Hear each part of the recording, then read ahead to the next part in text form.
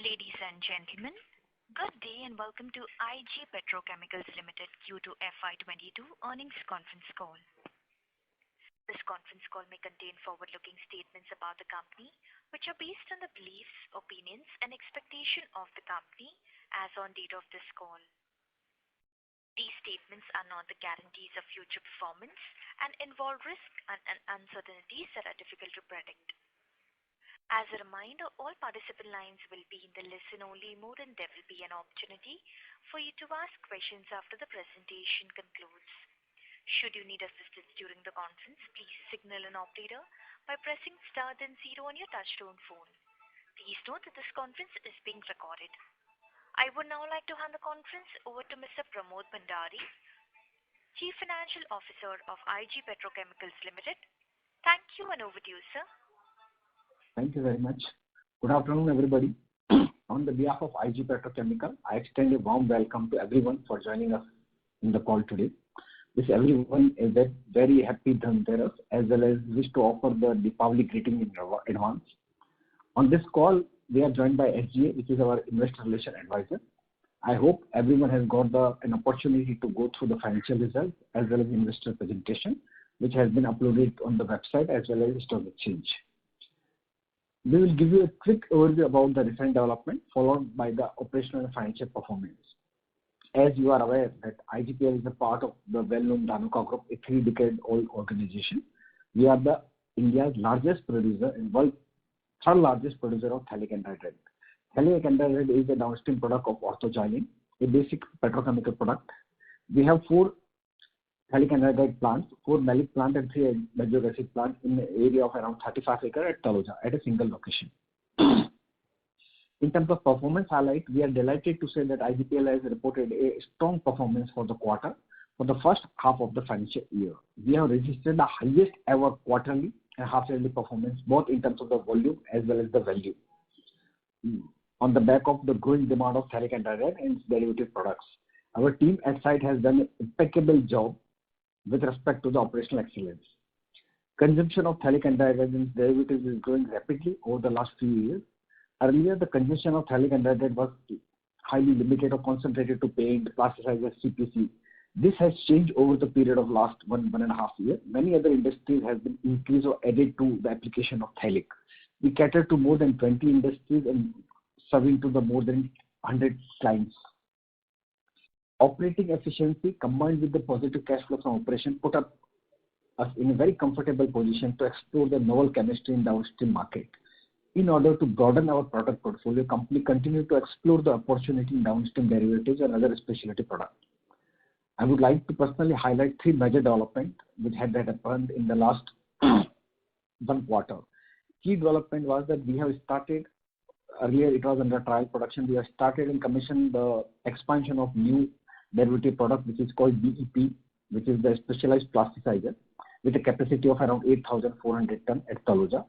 This product is primarily used in industry like incense sticks, cosmetics, toiletries, plastics, etc. We are expecting an annual revenue of around 70 to 80 crores from this facility. Then I would like to talk about our brownfield expansion. We have already announced earlier that we are planning to expand our capacity. Now we have finalized that our new capacity addition will be happening at same place of Taloja, which is around downstream expansion of which we call it a PA5 with a capacity of 53,000 tons. We are extremely excited to announce that Board of Directors has, in the last meeting happened yesterday, has approved the expansion of the phthalic anhydride with a capacity of 53,000 tons at the same location. Thereby, we will be able to get the advantage of the complete integration with the existing plant. This brownfield expansion will cost approximately 345 crores and is expected to complete in next 24 to 30 months. Post PA5, our total capacity will increase from 222 to 275,000. We also want to expand our downstream derivative products and plan to expand our footprint in Indian export market, which may improve our operational leverage and boost our profitability. And last, the key update is in the rating side. We are happy to announce that the Indian rating has upgraded the company credit rating for the fund base and the working capital limits from A plus to AA minus with a stable outlook. And the non-fund based limit, which is we already have a highest, which is A1 plus, which is also reaffirmed. The revision in the credit rating assigned to the bank facility and the debt instrument contribute to the company improved operational financial performance, which is aided by the favorable change in the industry and the business dynamics. The rating continued to be bolstered by the substantial expertise of the promoter and management in terms of execution and managing the operational excellence of the product of the phthalic anhydride projects. Going forward, we believe that PAN demand in India will be driven by the variety of factors like rising PVC demand, government infrastructure spending, rising alkaline resin consumption, rising demand of UPR, various other products. The expansion of IGPL capacity and entry into downstream segment has created a new window of opportunity for the company. We also produce malic anhydride and the benzoic acid as a byproduct of the phthalic anhydride, which along with the DEP will contribute now 10% of the total revenue. Increasing demand of the UPR and butadiene will drive the market growth for malic anhydride over the period of time. These chemicals are widely used in engineering plastics, fibers, medicines, artificial leather, cosmetics, pesticides, hardeners, plasticizers, solvents, rust removers. We expect this chemical will continue to contribute meaningful business to our company. Our long-term goal is to create a well-diversified chemical company with a leadership position in phthalic anhydride. We wish to diversify our product range by further expanding into the various downstream derivative and specialty chemicals to meet our vision or goal of generating at least 30% of revenue from the non-phthalic product by 2025. We will continue to prioritize our profitable growth by investing in expansion, timely execution, and operational excellence.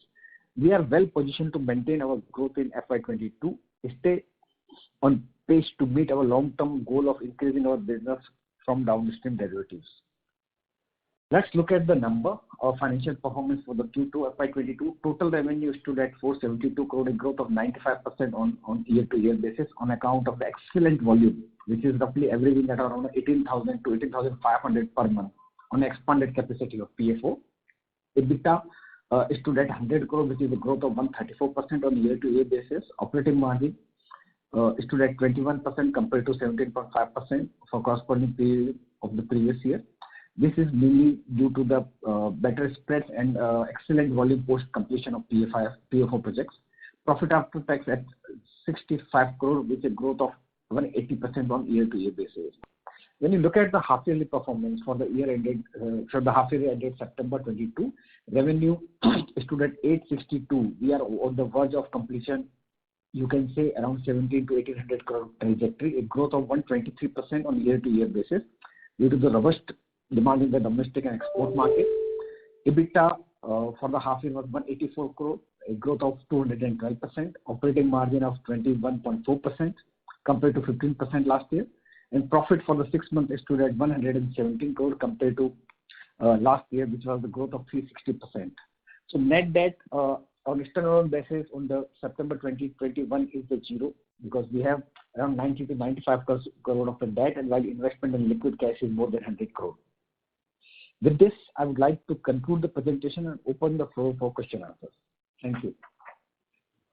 Thank you very much. Ladies and gentlemen, we will now begin the question and answer session.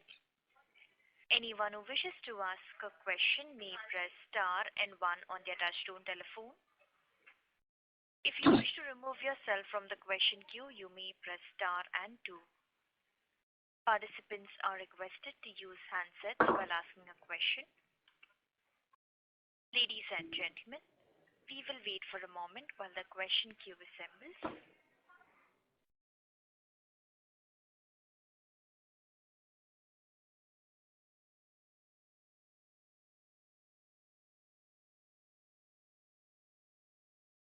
The first question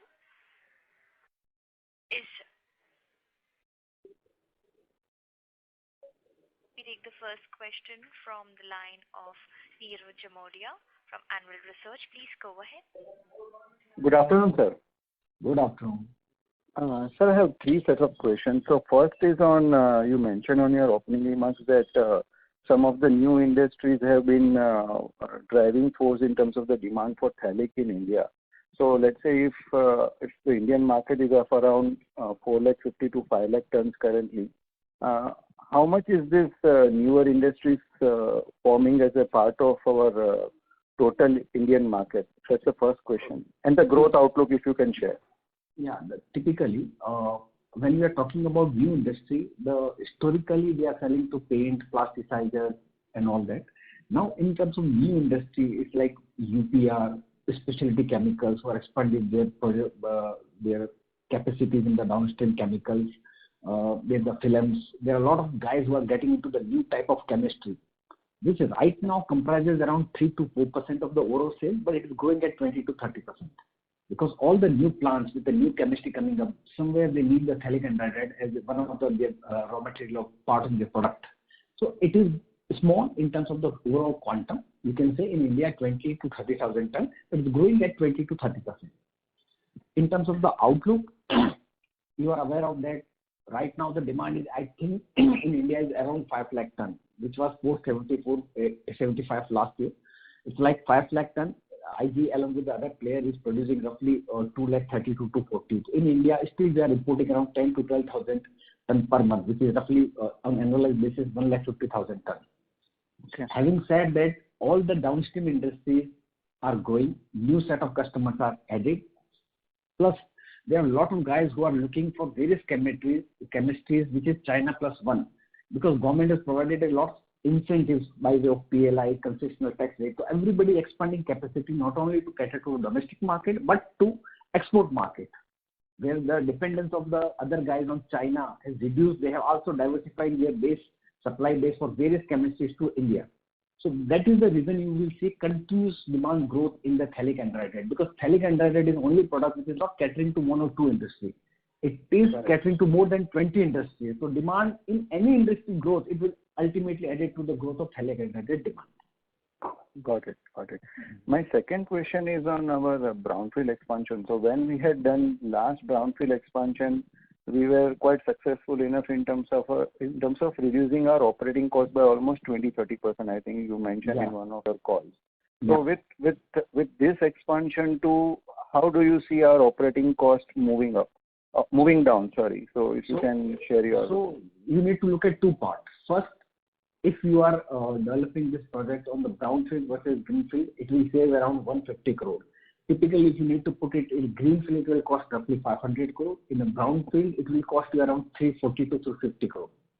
Correct. That is number one, because all the utilities, steams, pipeline, everything will be integrated with the existing food facility which is already there. Second, when you are setting up the plant, then what happened is all the existing infrastructure, the manpower, the repair maintenance team, or logistics team, everything will be same because you are at same location. So in that sense, your operating cost, which was typically 100 till 3 plants, has gone down to $85 per ton post PA4. And we believe with this facility will further reduce by $5 to $10 per ton, which is right now 85. It may be 70 to 75, depend upon. We need to see at the time of execution. But of course, it will reduce the overall operating cost. Got it. And last but not least, any understanding on the malic prices in between the quarters and what are the prices currently? So malic, actually, you are aware of that India has a demand of roughly 75 to 80,000 tons, and IG Petrochemical post PA4 expansion is producing roughly on annualized basis around 7,000 to 7,500 tons. So typically prices of the malic is 10 to 15% higher, but of late in the last 1 or 2 quarters we have seen exceptional jump in the prices, which has gone as high as 300. Right now it is moving between 200 to 250. Okay. But the full potential was realized this quarter, or that would be realized in Q3? I think for the last quarter, it started moving up from September. So right now also it is in the territory of around 250. So you will see basically for IG Petrochemical, when we started the PA4 plant, we believe that malic with 7,000, 7,500 ton will be yielding around 60 to 70 crore per year of revenue.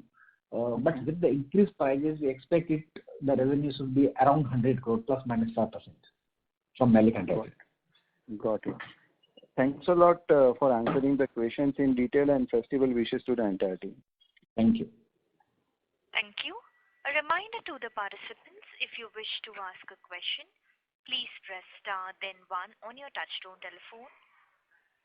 The next question is from the line of Aditya Ketan from Steverton Mackertich. Please go ahead. Yeah, thanks for the opportunity, sir. So my first question, sir, you said right now that 60-70 crore per year was the maleic anhydride run rate. So because of the increased prices now, that could be around 100 crore, right? Correct. Okay. Sir, my next question, sir, till last quarter we were saying that we would do some greenfield of 50,000 tons per annum of TAN and some would be the downstream part. Now that plan has been cancelled? No. So as we have announced earlier, 80,000 ton phthalic plant and downstream derivatives, same part of that 53,000 ton will be implemented in the existing location. Because earlier we were looking for the approval, which we are now comfortable to get that approval. So we thought to execute the 53,000 ton here. The plan for the balancing remain intact. Okay. So there would be no downstream right now. This is purely TAN only.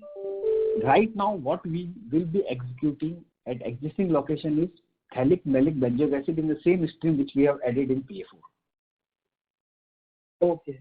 So this would be a separate line, similarly like a PA5 plant, or that sort of we can say. It's a PA5. You can say PA5. PA5. Okay. Yes. Because all the utilities, steams, power will be common, and pipeline and everything will be well connected with all existing plants. Okay. Sir, don't you think to post this expansion also, since we were more focused towards diversifying into the downstream, like we already have started an advanced plasticizer plant, which is a quite small only as of now. Yeah. So don't you think that it would have been good to add more on the downstream part and add more towards the further value chain rather than just focusing on a single product company of TAN only? Let me explain you that typically it was 100% TAN. Now we are malic, benzoic acid and plasticizer. We are 10% revenue generated from non-phthalic product. When we are looking for the downstream, then as a raw material you need phthalic. And today with the all 4 plants, 90% of that is being sold in India. If we go for the phthalic anhydride or any downstream plant right now, then we will not have phthalic available for that plant because the demand in the domestic market is very strong. So any downstream has to go along with the other new capacity. Okay. But sir, don't because otherwise what we will be doing is, you started with the downstream project and you will be using 10 or 20% of your existing capacity to feed to that plant rather than to supply to the deficit market. So it's always advisable to add the capacity and then come up with the downstream simultaneously. Okay. But sir, don't you think so there could be suppose our PR also, so Thirumalai Chemicals also, they are also into an expansion mode in TAN. We are also doing a big expansion. So don't you think there could be some point wherein the demand could be stagnant? Could stagnate and right now,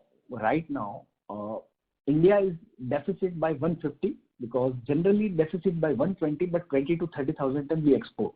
So with that coming into picture, it's a 150,000 ton deficit, and it is growing at around 6 to 7%. On a 5 lakh ton, if it is growing at 6 to 7%, you need the 35,000 ton or 40,000 ton capacity every year. In next 3 years, you will be adding deficit by 1 lakh ton. From 150,000, it will be 250. So whoever is adding the capacity, still it will be deficit in the market. And now the customer base has also increased in terms of different diversification to the supply to the various industries. So it's essential to put the plant on the timeline in line with the demand. So we expect even after expansion, India will remain deficit market. Okay. Sir, so our previous expansion was 320 crore and this we are doing at a capex of 345 crore. So the differential could be the inflation cost. So for the last 2 years, inflation, change in the metal prices, which is the steel prices and all that. You know that the steel prices and everything has gone up sharply. So we have taken and negotiated better prices. However, there is some slight increase because there is a depreciation into the euro also. That also been counted. Okay. Sir, on the increased maleic anhydride prices, sir, you might be knowing, so today only there is a news that Indian Oil Corporation, they are planning to set up a 120,000 maleic anhydride plant. So, and that is at a capex of 3871 crore. So they are putting a a capacity that is almost twice the demand currently in India. How are you viewing this expansion? Like, what is have you gone through that? So I just gone through that today in the newspaper in the morning. So you need to look at, I think, two ways. First, when they have announced the capacity for IOC, there is a history of execution the project in 10 to 15 years. Whether it's refinery and all that. So if they say 5 years, suppose it take 8 to 10 years, by that time demand will also grow. That is number one. Number two, when you are looking at malic, you should not consider that all the malic will be supplied to Indian market. There are a lot of derivatives in the downstream of malic which is available. So it's not essential that entire malic will be available to the domestic market. Maybe 50% go for the other chemistries in the downstream segment. IOC is well versed to decide that. I think I am not a right person to comment. Let's see when they execute the plan, and probably when they execute the plan over the course of the execution, they may decide to go certain downstream from that malic anhydride also. Okay. But just a thought to add it, sir. So to manufacture malic anhydride, we need N-butane as the raw material. Correct. Absolutely right. So how will they manage to do so? Is there any idea you can give, or is it manufactured in India only right now? No. First, understand that when LPG is coming from the refinery, it includes C1, C2, C3. Even the N-butane is also there. Generally, it's a mixed butane, which is there as a part of LPG. So you need to extract the mixed butane, put a splitter, get N-butane, and once you manufacture, suppose you take 100 kg, so 70 kg is required, 30 kg, again the butane you need to give it back to the pool of the LPG. So basically in India, there is a availability of LPG, and there is a mixture of N-butane along with the LPG, C1, C2, everything is available. How you extract it and use it for the malic anhydride purpose, which any refinery can decide. Okay. The last question from my side, sir, if you can share the utilization for this quarter, and if you can share the spreads and preferably the PAN price and the OX price. So typically, I'm not going to give the specific quantity, but we are operating at around roughly 100% of the capacity, where our run rate is around 17,000 to 18,000 tons per month for phthalic anhydride. Okay. 17 to 18,000. 18,000, you can say average per month is the run rate we are using right now, which is roughly near to 100%. Okay. In terms of the spread is ranging between $150 to $250 for the phthalic anhydride in the international market. When you look at the result, because of operating efficiency, malic and all that, IGPL has made, I think, more than 450 to 470. If you divide it, most 471 margin. Yes. Market is between $200 to $250 per ton. Okay.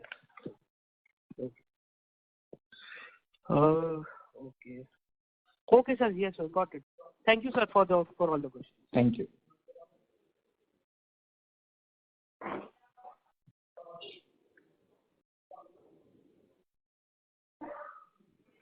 Thank you. Reminder to the participants, if you wish to ask a question, please press star then 1 on your touchtone telephone. The next question is from the line of Tarang from Old Bridge Capital. Please go ahead.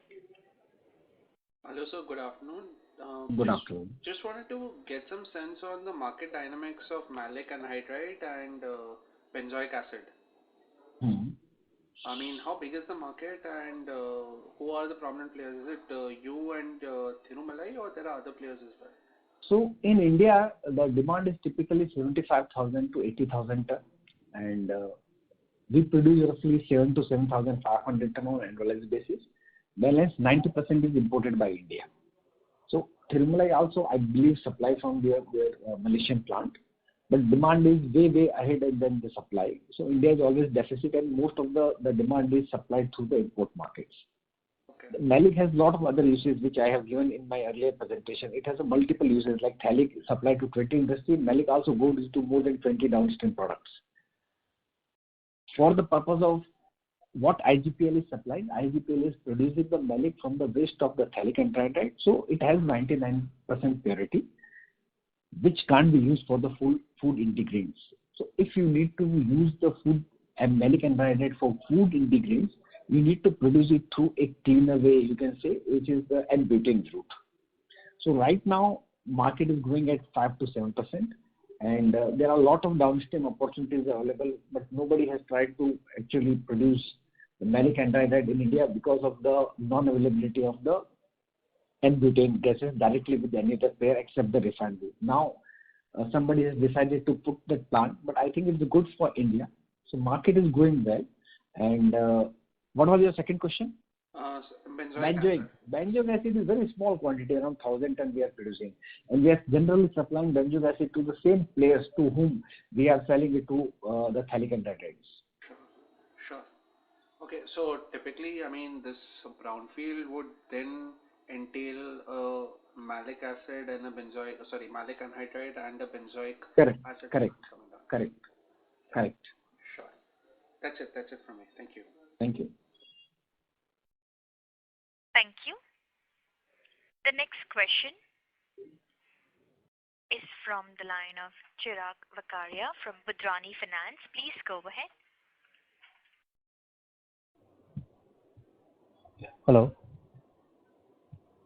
Sir, Yeah, please go ahead. You may please go ahead. Yeah. Okay, sir, just wanted to understand from the previous caller, you said that your margins, though the run rate is around 150, 250, you are at $400 kind of margin, sir. I did not get it. How is it? Can you explain it? Market margin, which is published, is around $200 to $250 per ton. Okay. The international market. IG, when you look at the margin, it includes the operating efficiency. It includes the byproduct sales for malic anhydride, benzoic acid, all put together. If you divide, then you will feel that you are getting 450 margin. Actually, it is not 450. You are getting the yield advantage. That is one part. You are getting the byproduct advantage, which the price has increased is more than around 100%. So if you put together everything, the advantage IGPL is getting, and then you divide that, then you will feel that margin is 450. Okay, got it. Yeah. So sir, now even this PA4 is fully utilized, right? We are operating at 100. So when we earlier met, you were saying that we have space constraints, sir. So how are we putting PA5 there at the same, or we have bought a? There is a space of the land available near to our plant, and which we have reorganized in view of the PA5. And some utilities will need to be fine-tuned, and then the PA5 plant can. We have the 4-acre another land parcel available, and we are utilizing that full for the purpose of setting up PA5 by shifting some utilities to that place, so that the other place will be vacated for the purpose of setting up the plant. Okay. And so this 80,000 ton, the greenfield project that you are saying now of this 50,000 is shifted here in PA5. What happens to the balance 30,000, sir? Are we looking? Balance maybe 30 or maybe 50 along with the downstream will continue to be evaluated for the locations, and then we will be setting it up. So right now it has not been put forward to the board for approval. Once it is approved by the board, of course, to the public. Okay. Thank you, sir, and wish you a very happy Diwali. Thank you very much. Thank you. A reminder to the participants, if you wish to ask a question, please press star, then 1 on your touchtone telephone. The next question is from the line of Isha Savla from Arya Securities. Please go ahead. Hello, sir. My first question is how the price reset happens with your MNC suppliers and customers like Reliance and Asian Paints, etc. Does it happen on monthly basis or on quarterly basis? So first, we are not supplying to Reliance. We are buying the raw material from Reliance. There, the price reset is every 15 days. Okay. For sourcing of raw material. And when we have the contract with any of our customers, which we have around 30-40% term contract, here the price reset is set in every 30 days based on the average of the international market price and plus minus premium discount. Okay. So the customers which are the term contract, the price reset is every 30 days. Yeah. Okay, so sir, how much of your business is through contract and how much would be spot business? It's around 40% on contract and 60% is spot. However, the pricing for both of them will remain almost same or slightly premium for spot because it's all linked with the international market price. Whenever we do contract, it is only for the quantity. Prices are always driven by the market. Okay. And sir, since the price of commodities have like inched up substantially over past few quarters, so did we face or are we foreseeing any impact from the same? So can you repeat your question? You are saying a lot of fluctuation in the prices? Yes. So basically, commodity prices have like hiked substantially over past few quarters. So did we face or are we foreseeing any impact because of same? Not exactly, because we are not concerned with the raw material prices if the final product prices are increasing in line with that. That is what we are seeing. Because if you ask me, from 600, 650, the raw material price has gone up to 900 to 930 for the last quarter. In line with that, the final product prices have also gone up. The challenge really happen is when final product prices remain stagnant and raw material prices goes up quite sharply. In last 1 year, we have seen whenever there is a change in the raw material prices, final product prices also move in tandem with that. Okay. To maintain the margin. Yeah. Okay, sir. Thank you so much. That's all from my end. Thank you. A reminder to the participants, if you wish to ask a question, please press star, then 1 on your touchtone telephone. The next question is from the line of Alisha Mahawali from Envision Capital. Please go ahead. Hi, sir. Good afternoon, and thank you Good for afternoon. taking my question. Season greetings to you and your team. Thank you. So I'm not sure if you answered this, and maybe I've not understood it. We're just re-clarifying. So you did mention that we're almost the monthly run rate that we currently are at means that our current capacity is almost completely utilized. So whatever growth we will see sequentially will be more of a pricing growth based on how the raw material prices behave. Is that a correct understanding? So whatever growth you are seeing, first will be in case there is a change in margin, that growth, and second, sequentially from corresponding quarter, the growth which you are witnessing is on account of increased capacity in December 2020. So the capacity was 160, now capacity is 220. So you will see the volume. Volume has also gone significantly, and our average run rate is around 17,500 to 18,000 per month. Is it possible for you to share on sequential basis? That means from Q1 of this year to Q2, what is the volume growth we've witnessed? So generally, we don't want to specify the quantum, how much has been produced, because it's something which we decided not to share in the public domain. Typically, when corresponding last year, it was average run rate of around 12,000 to 12,500. Now the run rate is around 17,000 to 18,000. The last quarter, particularly run rate was slightly lower because of the change in catalyst at 1 unit. So compared to the last year when the 12,000 to 13,000 was the run rate, now the run rate is 17,000 to 18,000 tons per month. Understood. So as you mentioned that this capacity, this P4, the PA4 plant that came in December will now be completely utilized in this year, and the new plant that we've proposed, the 53,000 metric ton expansion will come in 24. What about the growth for the next 2 years? This plant will be fully utilized, say, in the next 3 quarters based on the current monthly run rate. Yeah, so that will remain same. However, there is an addition of the downstream plasticizer which will add around 70 to 80 crore more in annualized basis. So you will see the growth now at the end of March 23 and 24. Okay, but this plasticizers is also the same plant that was commercialized in November, and you're saying at full utilization. It has been done, commercialized in November. Full utilization we will be able to see in Jan, Feb, March. Shorter. Yeah. Jan, Feb, March of 22 or 23? It's 22 because it has been commercially started the production from 1st November, which is yesterday. So you can see it, some portion in November and December, but full utilization which you are talking about, we will be able to see in Jan, Feb, March, which will be roughly around 15 to 18 crore per quarter. Okay. So further scope, there's nothing in the interim that can... that can happen, but that is not in the public domain and we have not announced right now. So I think we will be able to announce once it is approved by the board. Fair. And just one last clarification. Is there scope for debottlenecking? While I know that you may not be comfortable saying, just want to know if there's scope for the same. There are opportunities to debottlenecking, but it is not more than 5%. Okay. Okay. Okay. Thank you, sir. Thank you. Thank you. The next question is from the line of Nikhil Shetty from BP Equity. Please go ahead.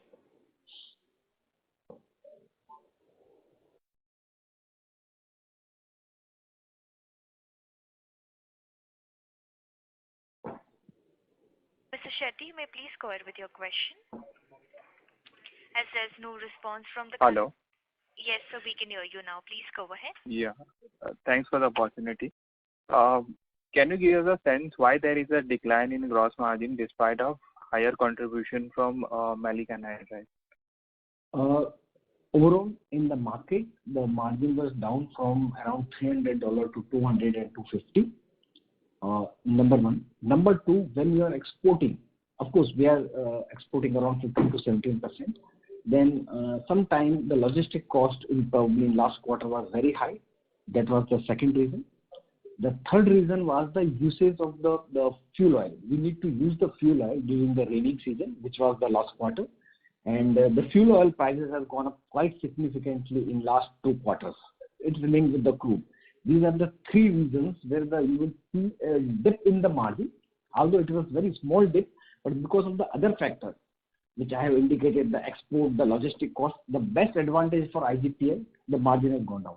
The advantage for IGPL, if you see all chemical companies, where the sourcing of raw material or the exports of product is dependent upon the logistics, the cost of logistics has gone up from 2 to 3 times.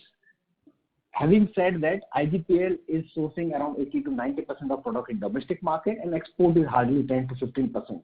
So from that point of view, we are insulated from all the action happening in terms of the price enhancement in the export market for the non-availability of the container, higher prices of the container.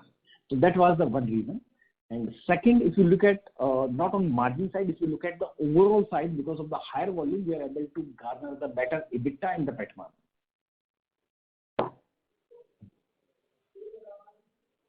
Okay, sir. Understood. And my next question is on plasticide side. So if we are opting for DEP, the product is used in multiple industries. But in our case, you always highlighted that it is used in engine sticks. So just wanted to understand, as we are now commercialize this product, do we have any commitment from the client side for DEP? So there is no commitment or term contract right now. We have started supplying or sending the samples and started supplying to 3 to 4 players. But we believe it will be supplied to mainly the sticks as well as toiletries and all that. So there is no commitment. We are going to have that probably from next quarter onwards. So some term contract, of course, the prices will be linked with the international market price. Having said that, IG will have some inherent advantage in DEP. Like the standalone DEP guys need to buy the phthalic. It's a packing cost, logistic cost. For IG, it will not be there because they are supplying their in-house product of phthalic for the purpose of DEP. So in that sense, margin will be slightly better for any other DEP player. Okay. So the prices are more volatile as we are witnessing in PA and MA, or these are a bit stable compared to the...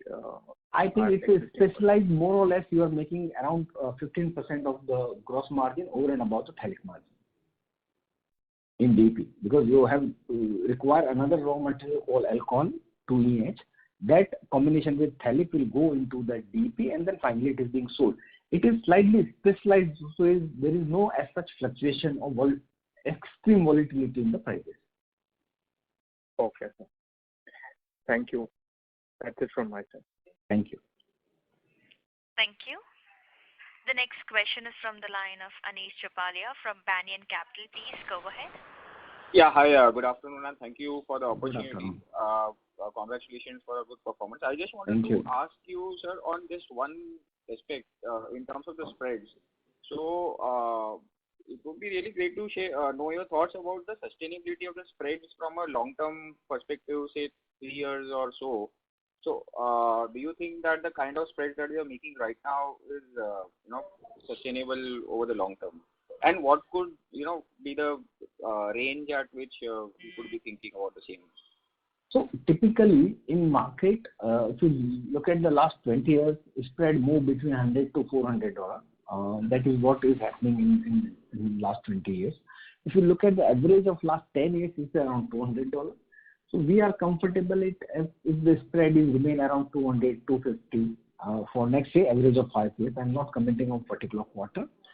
If the spread say remain at 200, so IGPL will be making around 300, 350 to 400 because of its internal efficiency, the yield advantage, and the byproduct advantage. So irrespective of the market, for IGPL is because of the advantage, because of the malic anhydride, benzoic acid, and now plasticizer, we are trying to diversify so as to get more stability in our earning as well as EBITDA margin. We have reached now to 10%, and we are targeting to reach 25%. And we believe that in the long term, keeping in view the uses of the phthalic anhydride across the industry and the sectors, it is sustainable to have around $200 to $250 margin going forward. Okay, so the industry spread is 200 to 250, and we'll be making similar what we did in this quarter. We will be making around some premium in view of because if you are importing, you need to incur the freight, logistics, import duty, you need to incur the domestic logistic cost. Plus, if you are importing, you are getting delivery in 30 to 45 days. In IG, you are getting delivery in 3 to 5 days. Some premium is being charged by the IG Petrochemical. You put together all plus internal efficiencies plus byproduct. If you put all that, so we will be always have the margin which is always $100 to $150 better than the market published margin. Okay. All right. All the way best, sir. Thank you. Thank you. Thank you. The next question is from the line of Shanti Patel from Shanti Patel Investment. Please go ahead. Good afternoon, sir. Good afternoon. My question is, taking into consideration all the factors, what will be our approximate turnover for the current year, that is 21-22? And do you think that the margin will be sustainable in the current year, ended 31st March 2022? So, for the current year, we are expecting a revenue of around 17 to 1800 crore. Right now, the run rate, like last quarter, was 470 crore. So, if you multiply by 4, it will be between 16 to 1700 crore. Plus, 70 crore or 75 crore you can add for the DEP plasticizer, but that has started recently. So, you can safely assume around 1700 crore plus minus 5% will be the revenue for this year. And next year, it is maybe 1800 crore plus minus 5%. It's all dependent upon the ultimate price of the crude, the raw material, and final product price. Today, the prices are on a higher side, then revenue is looking at 1800 plus. Otherwise, it will be 16 to 1800 in between. Looking at the margin for last 2 quarters, and probably we have already completed 30%, the margin looks to be sustainable for probably this year. It looks to be very clear, and we are going to cross the profitability which we have declared last year for the year which is expected to complete by March 22. And for the next to next year, I don't want to give any forward-looking statement, but let's assume the next 4 to 5 years, company is expected to maintain similar type of margin remain in a similar range. Company will be able to achieve the similar profitability. Once we complete our project, which we are targeting in 24 to 30 months, because most of the things are in place, then it will be adding around 4 to 500 crore on the revenue. But there are other projects which is in downstream, which of course need to be analyzed and approved by the board. Then we'll be able to share the information with you. Right now, keeping in with the cash flow of 200 and 250 crore, and we will be able to complete that project, and mostly internal accrual will be used. Although we may be tie up with some portion of that, but that will be negligible based on the requirement to optimize the overall return. Otherwise, cash flow is sufficient to take care of the growth projects. Okay. What will be the return on capital employed and return on equity as of March 2022? Sorry, I'm not able to get your voice. But your audio is not audible, sir. What will be the return on capital employed and return on equity as on 31st March 2022? I think is it clear? Now it's clear. You can repeat the questions, but I will not like to tell that what is going to be capital employed and all that. But typically, when we look at any project, we always look at that the minimum IRR. So the project IRR has to be more than 15% and equity is more than 20%. That is how we decide the combination of debt equity for setting up of any new project. No, that is right, sir. But I'm talking about accounting year 21-22, correct? So as on 31st March, our profit will be X, our capital will be Y. So, what will be the return on equity approximately? 25%. 25%, that is what Right now around 26, it's ranging between 22 to 27, 30%, but 25% plus minus 1% will be there. Okay. Thank you, Dhanuka, sir. Thank you very much. Thank you.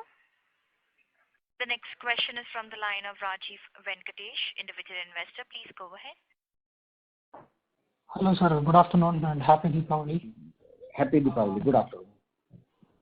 Yeah, sir, I have one follow-up question on the catalyst maintenance. Do we have any catalyst maintenance coming up in our plants for this quarter, sir?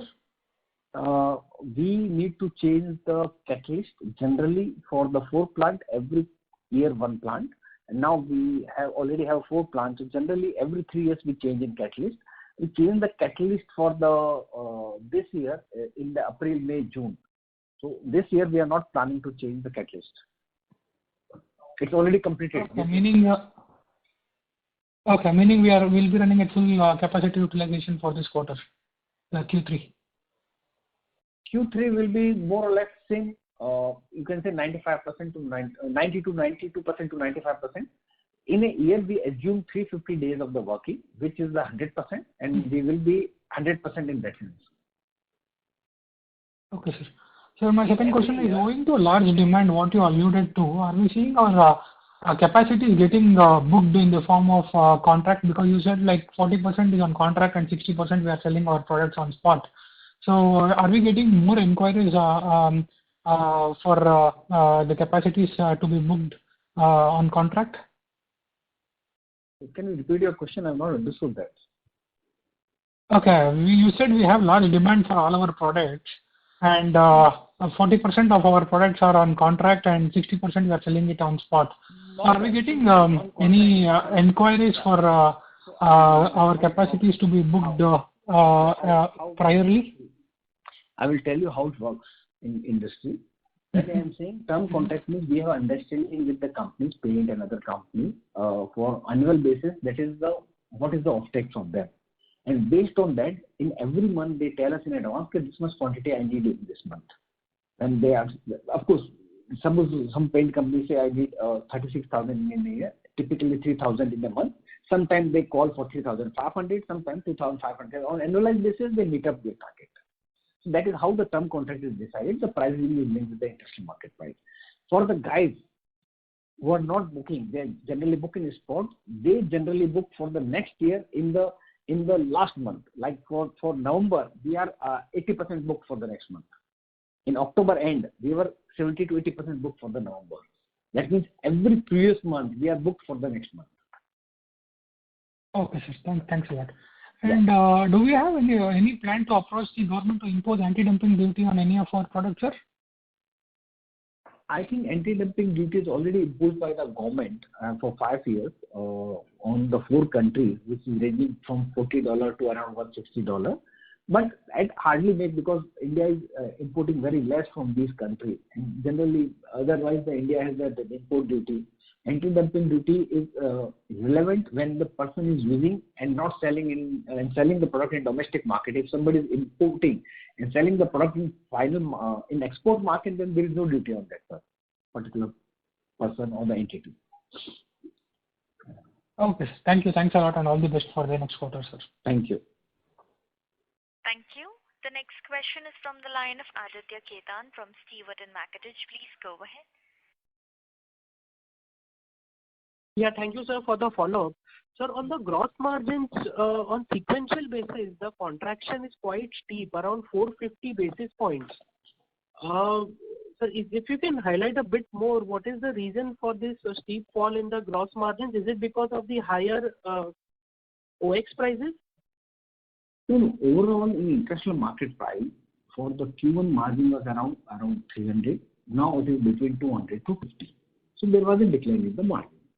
Secondly, when you are exporting, why there is a decline? That is number one.